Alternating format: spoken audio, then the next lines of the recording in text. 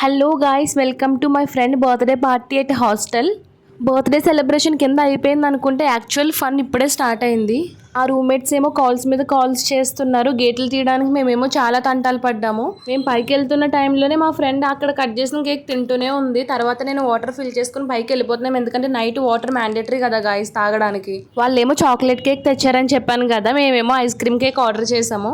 First birthday అమ్మాయిని పైకి వెళ్ళిపోమని చెప్పేసి మేము కేక్ పట్టుకుని వెళ్ళి సడన్ సర్ప్రైజ్ ఇచ్చాము. బట్ అప్పటికే ఆ అమ్మాయి చెప్పేసింది, నాకు తెలిసి వీళ్ళు కూడా ప్లాన్ చేసి ఉంటారని చెప్పి. ఇప్పటికే 12:30 దాటింది. సో పైకి వెళ్ళగానే ఫస్ట్ కేక్ కటింగ్ స్టార్ట్ చేసాము.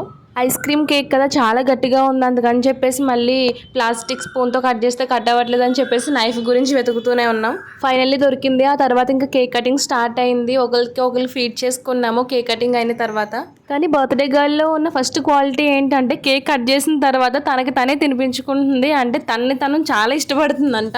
మా ఫ్రెండ్స్ ఏమో ఒక పక్క నుంచి నాకెక్కడ కేక్ పోద్దామా నా ఫేస్కి అని చెప్పేసి వెయిట్ చేస్తున్నారు. అలా ఫొటోస్, వీడియోస్, స్మైల్స్ చాలా బాగా జరిగింది. యాక్చువల్లీ టెర్రస్ మీద వెళ్ళి కేక్ కటింగ్ చేద్దామా అనుకున్నాం. బట్ ఏంటంటే పైన కన్స్ట్రక్షన్ జరుగుతుంది. సరే ఎందుకులే రూమ్లోనే చేసుకుందాం అని చెప్పేసి ఏదో మాకున్న దాంట్లోనే అట్లా చేసేసాము.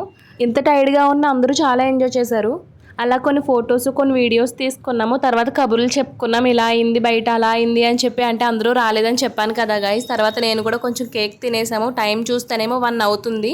ఇంకా సరే ప్యాకప్ అని చెప్పి ఫిక్స్ అయిపోయాం guys. Thank you so much for watching. నచ్చినట్లయితే లైక్ చేయండి.